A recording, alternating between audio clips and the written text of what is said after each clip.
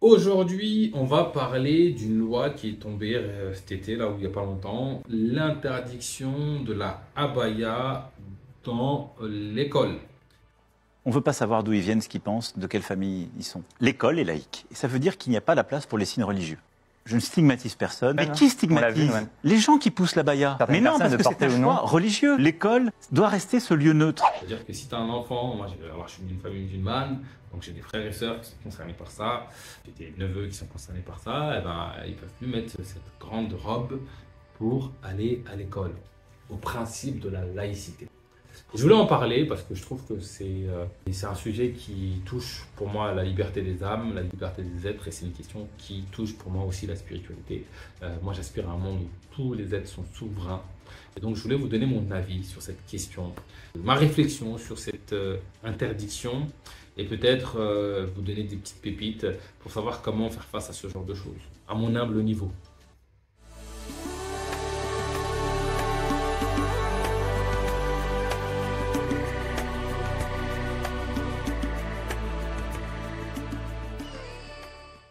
Bonjour, bienvenue dans Enquête spirituelle, la première chaîne qui traite en profondeur des réalités spirituelles. Je m'appelle Bakary Niakhaté et ici je te parle de connaissance de soi et du divin, car c'est en s'éveillant sur ces questions que nous, l'humanité, allons bâtir un monde meilleur, nous rapprocher de Dieu et réussir notre passage sur Terre. Donc si toi aussi tu veux grandir intérieurement, si tu veux devenir un témoin de la vérité, je vais t'inviter à faire deux choses.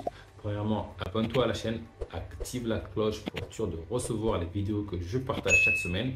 Et deux, va dans la barre de description et mesure ton niveau de conscience. J'ai prévu pour toi un quiz gratuit, donc c'est quelques questions. Et à la fin, tu as un résultat. Tu vas découvrir ton niveau de conscience parmi 6 niveaux. Et surtout, tu vas trouver des voies pour grandir en conscience. Alors, fais ce premier pas vers l'éveil. Rentrons maintenant à présent dans le vif du sujet. Alors, l'État français, l'État, le gouvernement, je ne sais pas quel ministre, décide de faire cette loi d'interdire la abaya. Le ministre de l'Éducation nationale, Gabriel Attal, l'avait déjà annoncé hier soir. Et bien ce matin, il a justifié à nouveau l'interdiction du port de l'abaya dans les établissements scolaires dès la rentrée. L'abaya, c'est cette longue robe traditionnelle portée par certains élèves. C'est-à-dire qu'à partir de maintenant, en fait, quand tu rentres à l'école, on va vérifier si tu as ton vêtement, et si tu as le bon vêtement, tu peux rentrer. Si tu as le mauvais vêtement, tu ne peux pas rentrer. Liberté, égalité, fraternité, mon ami. Tout ça au nom du principe de laïcité. Je pense que le sens véritable de la laïcité a été dévoyé avec le temps. C'est-à-dire qu'à une époque, c'était la liberté. Alors, c'est encore inscrit comme ça, mais je parle dans l'inconscient collectif, dans ce qui se passe concrètement. Il y a une époque où c'était la liberté de culte pour tous. C'est-à-dire que moi, si je suis chrétien, je dois pouvoir me sentir bien en France. Si je suis bouddhiste, je dois me sentir bien en France. Si je suis musulman, je dois pouvoir me sentir bien en France. Mais bon, on sait très bien qu'il y a l'affiche principale. Et aujourd'hui, comment ça se passe? Aujourd'hui, comment ça se passe, c'est si je suis croyant, ça ne doit pas se voir. En gros, c'est les croyances spirituelles n'ont plus de place dans le monde. Ça n'a plus de place. Ça n'a plus de place. Ça veut dire que chez toi, tu es croyant et en dehors, tu es hypocrite. Tu fais semblant d'être comme tout le monde. Tu es normal. Tu rentres dans la norme. Tu vois, bientôt, on va remettre les costumes à l'époque. Tu sais, à l'école, vous avez tous le même costume. Tout le monde habillé pareil. Bon, on peut dire que ça crée une forme d'égalité. On est tous habillés pareil. Moi, je pense que la richesse de la vie, c'est la diversité. Souvent, on a tendance à confondre l'uniformité et l'unité.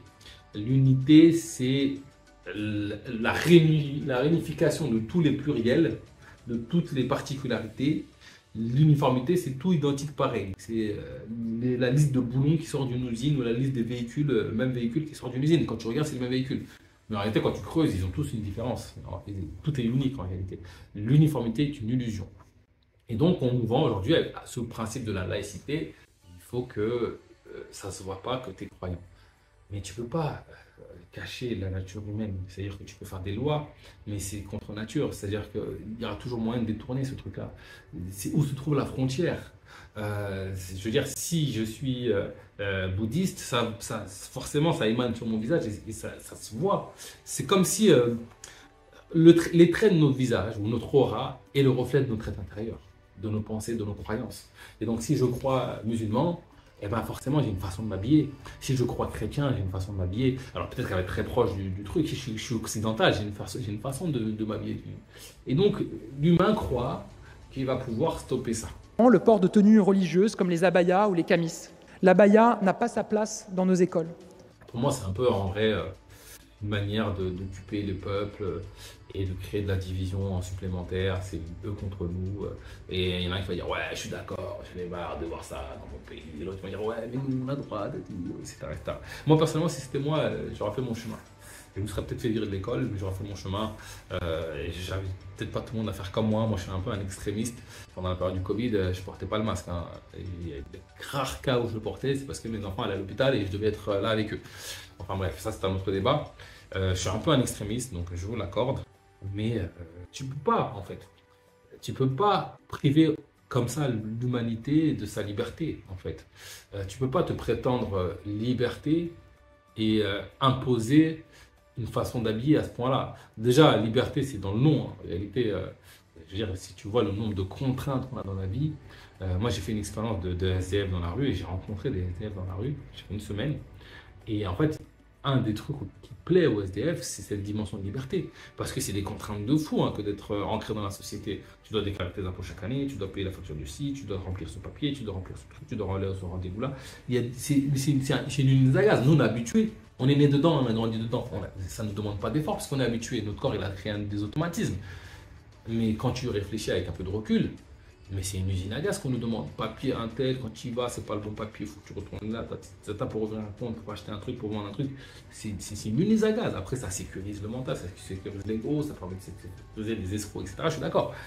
Mais quand on réfléchit, c'est un truc de fou. Si on revient sur la question de l'abaya, moi je trouve que c'est une grande, monumentale erreur que d'interdire une façon d'habiller.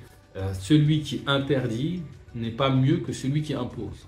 Parce qu'effectivement, le truc, il y a ce truc-là, on impose une façon de s'habiller aux humains. C'est ce qu'on dit, c'est-à-dire que les musulmans imposent à la femme de se voiler. Alors ça, c'est un truc, hein. Si je te le répète 100 fois, tu peux le croire ou pas. Ça doit forcément exister, mais après, dans la réalité, moi je le vois de l'intérieur, ce n'est pas le cas. Aujourd'hui, une femme qui décide de porter le voile, moi je lui tire mon chapeau parce qu'elle doit faire face à plein de choses. J'ai des sœurs qui sont dans ce cas de figure, donc je le vois de près, tu vois. Et en fait, c'est des regards, c'est de la critique, des risques d'agression. Aujourd'hui, est-ce que c'est volontaire ou pas? Je pense qu'il y a une part de volonté, mais il y a un petit truc tiré sur l'islam, c'est-à-dire que depuis l'ère Sarkozy à peu près, il y a sur le viseur, c'est l'islam. Avant c'était autre chose, maintenant c'est l'islam, entre guillemets. Les musulmans sont les parias, mais bien auparavant, on avait le même schéma, mais c'était sur l'église, le catholicisme. On a voulu laïciser un maximum, l'église tu dégages. Aujourd'hui, voilà, c'est plus eux, les musulmans sont plus visés, et ça crée une forme de division, et ça n'a pas de sens d'interdire une forme de vêtement. Parce que ça ne va pas empêcher la personne d'être ce qu'elle est, ça ne va pas empêcher la personne de croire ce qu'elle croit. Ça va peut-être moins heurter certains visages, et encore, parce que c'est pas implanté dans les esprits. Moi, je sais pas, si je suis en face de quelqu'un, ça me fait chier de voir des gens habillés comme ça. Moi, j'aime pas voir des gens habillés avec une longue robe, une abaya ou avec une voile, ça me... Mais le problème, c'est qui? C'est la personne ou c'est moi? Si on regarde de manière un peu plus transcendantale, qui doit évoluer? La personne dans sa façon de s'habiller, alors qu'elle soit soumise ou pas. Admettons, de voir une femme qui est soumise à son mari, ça me tue le cœur, etc. Le problème, il vient de qui? Alors c'est peut-être une injustice qu'elle subit, mais le problème, il vient de moi, en réalité. C'est moi qui interprète. Pourquoi mon voisin, ça lui fait rien, ça me tue au fond de moi-même. Alors, j'aimerais juste préciser un truc. De manière générale, face à la vie, nous devons être dans une forme de neutralité. Dans une neutralité même de d'émerveillement. Pour moi, l'état naturel, c'est l'émerveillement. C'est-à-dire que toute situation est censée créer un émerveillement. Alors, ce n'est pas le cas par rapport à nos voiles de notre ego, par rapport à nos ignorances sur la vie, c'est ok, c'est aussi une richesse d'expérience. Normalement, je suis censé être dans l'émerveillement, mais ça ne veut pas dire que je n'ai pas à agir dans le monde. Si demain, je fais face à une injustice, je peux être meurtri dans mon corps ou être en paix, être émerveillé, mais ça n'empêche pas que si j'estime devoir agir pour vivre une autre expérience, eh ben, que je puisse le faire. Tout ça pour dire que si on m'insulte, tu vois, il n'y a pas longtemps, j'étais dans une voiture avec une personne, et il y a une personne qui dit Carloucha à une Renoir. Et une autre Renoir qui dit mais ça va pas, pourquoi tu dis Carloucha, c'est raciste, c'est comme une négro, tout ça. Et en fait, tu vois, son cœur est meurtri par ça. Alors, ça peut être considéré comme une injure raciste ou pas, ça dépend. Après, je veux dire, quand Booba dit négro, ça passe. Quand c'est un Français raciste qui dit négro, c'est notre ambiance. Moi, je pars du principe qu'il peut y avoir des intentions plus ou moins différentes, et ça peut avoir un impact. Mais si, admettons, on rentre dans le cas de figure où je suis raciste. Ben, si je suis raciste et que je t'insulte de Carloucha, entre guillemets, je ne suis pas obligé de faire une dépression. Mais je peux me lever et me dire, hey, sans faire une dépression, stop. Là, tu me respectes. Là, je ne te permets pas de me dire ça. Alors, je ne pourrais pas l'empêcher de le faire s'il veut le faire, mais en tout cas, j'impose mon respect. Et ça, je suis libre de le faire. Je suis libre aussi de porter plainte si j'ai envie. Je suis libre d'agir, mais je suis obligé d'être meurtri dans mon corps. Et en fait, ce qui se passe, c'est qu'on est meurtri dans son corps, mais tu es meurtri dans ton corps parce que tu ne te connais pas. Parce que tu ne connais pas la vie, la réalité de la vie. Si tu savais qui tu étais, ça ne te ferait rien. Peut-être que plein d'humains sont meurtris à voir des abayas. Et si vous êtes meurtri à voir des gens en abaya, je vais vous inviter à vous regarder vous-même. Regardez en vous-même. Qu'est-ce qui se cache en vous qui fait que ça vous tue? Et peut-être que vous allez trouver une voie de libération. Pour moi, la véritable liberté, ça va être de pouvoir être en paix, présence d'abaya ou absence d'abaya devant tes yeux. C'est ça la véritable liberté. Et si la présence d'abaya te génère une injustice ou tu es considéré comme une insulte, bah, tu es libre de l'exprimer. Ou pas, mais après ça va creuser. Alors, je ne vois pas en quoi ça peut être une insulte, mais on ne sait jamais, on n'est pas dans l'esprit des gens. Donc si tu le considères comme une insulte, échange, dialogue. Et avec le dialogue, on peut trouver un nouvel équilibre, on peut trouver une voie de compréhension. Tu vois, les deux nanas qui étaient dans la voiture, si elle lui avait exprimé, elle avait pris le temps de s'écouter en lui exprimant que moi quand je dis ça c'est affectif, moi quand je dis ça c'est parce que je la connais bien, et c'est en aucun cas pour ça, c'est comme si je dis mon petit chat à ma femme. Si ma femme, à chaque fois que je dis mon petit chat, elle me dit ouais, moi je suis pas un animal, qu'est-ce que tu me racontes, c'est terrible, tu me mets au-dessus de moi, etc. On s'en sort plus. Mais peut-être que parfois quand je vais traiter quelqu'un de petit chat, c'est pour le descendre. C'est un manque de respect total. Et donc il faut distinguer un peu tout ça. Donc tout ça pour dire ce que je disais, c'est que ça peut heurter l'esprit de certains humains d'être confrontés à une expérience. Mais si je suis heurté par une expérience, le problème, c'est pas l'expérience, c'est moi. C'est un travail que je dois faire intérieurement, c'est un signe pour que je regarde en moi. Donc j'invite toutes les personnes qui sont heurtées par des signes d'appartenance religieuse, au lieu de regarder à l'extérieur, regardez à l'intérieur de vous-même pour trouver une forme d'équilibre. Et puis, je parle aussi à tous ces politiciens qui tentent de limiter les libertés des gens. En réalité, tu as beau tout faire comme loi ou comme chose pour limiter les libertés des gens, la vie trouve toujours un espace pour s'exprimer. Tu vois, l'image qui me revient, c'est quand je vois une dalle de béton. Et derrière, il y a des plantes qui poussent à travers le béton. Et c'est la nature qui reprend ses droits. C'est-à-dire qu'on a tenté d'empêcher la nature de s'exprimer. Alors, c'est par volonté de faire des routes, peu importe. Mais la nature trouve toujours un espace. Et donc, tu peux interdire le voile. On va trouver une autre façon de s'exprimer. Si je suis comme ça, je suis comme ça. Tu peux interdire l'abaya, tu peux interdire la moustache, tu peux faire tout ce que tu veux. En réalité, celui qui interdit est pareil que celui qui impose. Et donc, au nom de la liberté de l'être humain, de la femme, de l'homme, la liberté de choix, la liberté du culte, la liberté de conscience, je vais inviter tous les acteurs à ne pas limiter les libertés des gens, à offrir plus de pluralité, à l'image de l'Angleterre où c'est aujourd'hui la liberté de culte, elle est présente. C'est-à-dire que tu peux avoir des policières qui portent le voile ou la abaya, ça ne pose aucun problème. Tu peux avoir un joueur de foot. Sur le terrain, qu'est-ce que ça change en réalité? Sauf que par des idéologies, par des croyances, il faut que le monde soit que à mon image, à moi. Et ça, c'est un véritable problème égotique. C'est un véritable problème égotique qui pousse ces politiciens à créer des lois anti-abaya. Alors, il y a, je pense, des enjeux idéologiques et spirituels qui se cachent derrière. Va les saisir, va saisir pourquoi. Je pense qu'il y a une dimension de diviser pour mieux régner. Si on monte un peu plus au-dessus, un peu plus en dessous, on a créé en moi le sentiment de rejet d'une certaine partie de la population ou de certains modes d'expression. Tu vois, moi quand je vois un voile et une abaya, quand je vois un voile et un vêtement de bonne sœur, je vois la même chose. Quand je vois un musulman qui porte son chapeau rond et que je vois un kippa, je vois la même chose. Je veux dire, sauf que dans un cas de figure ça passe, dans notre cas de figure ça passe moins.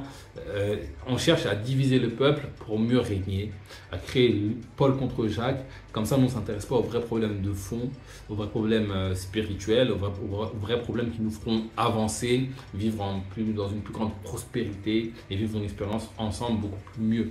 Je vous rappelle que l'union fait la force, diviser, ça nous rend faibles et ça nous rend facilement manipulables et on peut nous taper dessus beaucoup plus facilement.